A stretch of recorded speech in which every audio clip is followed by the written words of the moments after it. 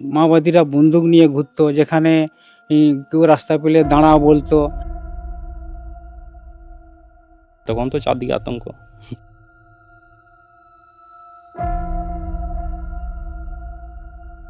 মাওবাদী পিরিয়ডটা যেগুলো মানে আমরা সচক্ষে তো এগুলো উপলব্ধি করেছি।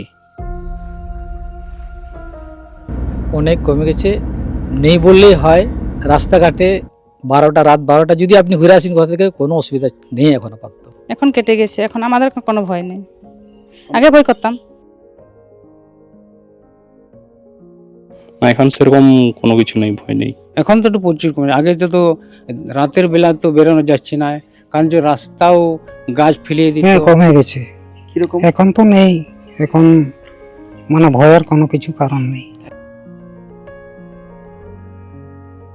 সেখান থেকে আমরা অনেক বেটার ইয়েতে আছি, সেইগুলোতে এখন আর ইয়ে নেই, মানে মুছে গেছে এগুলো। এখন সব ভালো হয়ে গেছে। এখন দিদি আছে পাশে, তা এখন ভয় নেই। এবারে ভাই ভোটের লড়াই এই এখানেই দেখবো।